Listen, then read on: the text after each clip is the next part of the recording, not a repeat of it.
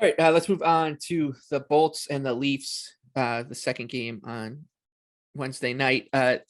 Tampa Bay is plus 110 right now for game two. The Leafs minus 130. I'm assuming we'll see some money come in on Toronto. This has already been a little bit of a bump up from game one where it closed. It was minus 121, plus 104 by the time the puck dropped. The over-under here is set at 6.5.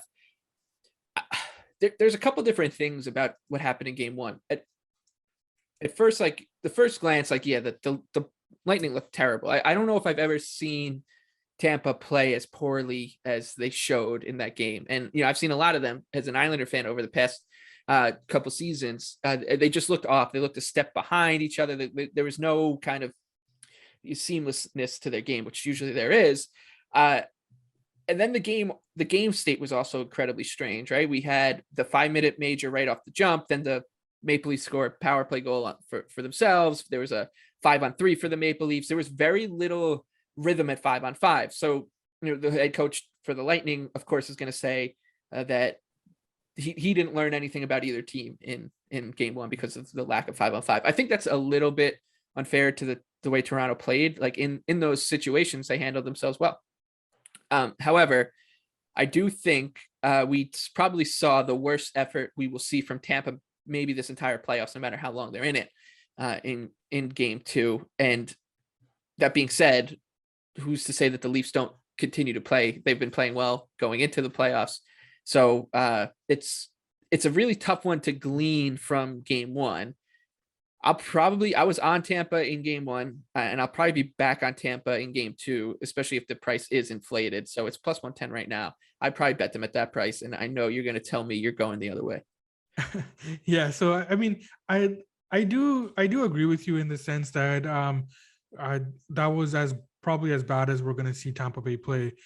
We know that they're going to come out better than what they showed in game one. I was a little bit surprised at how they let that missed 5-minute power play impact them to the extent that it did. I would expect that from a young, inexperienced team, but I wasn't really expecting it from them. Of course, the Leafs special teams were the difference in this game. And even though that game was played closer, 5-on-5, you also have to be a little bit careful because once that game got to 4-0, nothing else matters after that. That leaves approximately, I think it was like 23 minutes of that game where the team with the lead is just playing out the remainder of the game. So, like you said, game state matters in that situation. The defensive struggles that have plagued Tampa Bay down the stretch were magnified once again in game one. Mentioned before that a team like Tampa Bay, I still giving them the longer rope, but I'm starting to pay attention now as well. Their defensive struggles are starting to become a problem for me now. Another concern I have for the Lightning is that Point just doesn't look right. He did miss the last couple of games of the regular season, and it's possible that injury is still impacting him. So I do think that Tampa Bay is going to take some money. I think that it's not a bad bet at plus 110. We know that they're going to play better, but I think that I've been high on Toronto, and I'm going to show an edge on the Leafs. So I'll be headed that way again.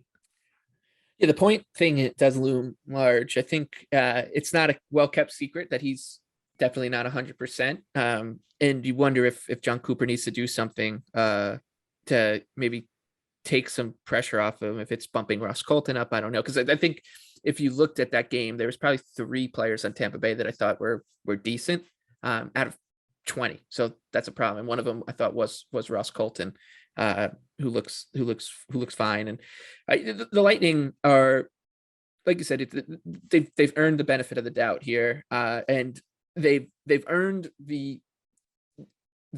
I guess they've earned the right to be bet on at this kind of number. If it bites you in the butt again, then maybe you really do reconsider, depending on how game 2 went. But you brought this point up before we did our last episode, which is you need to treat every game completely separate from the one that preceded it. It's going back to that old adage in baseball, right? Like momentum basically stops with the next day starting pitcher. And in the NHL, it's the same thing. I mean, you see it period to period. We saw it tonight with the Rangers and Penguins. Rangers shot out of a cannon in that first period. Pittsburgh sort of weathered the storm and really took control of that game at 5-on-5 after the first intermission. So I think it's a funny thing. We're going to see. We've already seen the overreaction from the Toronto kind of hockey media. They're basically calling the series off. They're saying, you know, Matthews and Marner, the monkeys are off their back, which is true, and they were both really good. But that game state truly played to Toronto's favor, especially after the 5-minute penalty. I mean, I couldn't believe my eyes watching that Tampa Bay major power play. So it at one point, like, yeah, sure, you do say credit to Toronto for the kill, or they did a good job denying zone entries, but they weren't just denying zone entries. The Bolts were turning the puck over without any pressure on them in weird situations and springing Toronto on those breaks. So just a completely strange one from basically start to finish, and credit the Leafs for the win. Jack Campbell gets a shutout. So credit to him too. So we'll see how Tampa responds, because, you know, if they do earn that split coming out of Toronto, then the whole thing changes. And that's why we love the playoffs so much.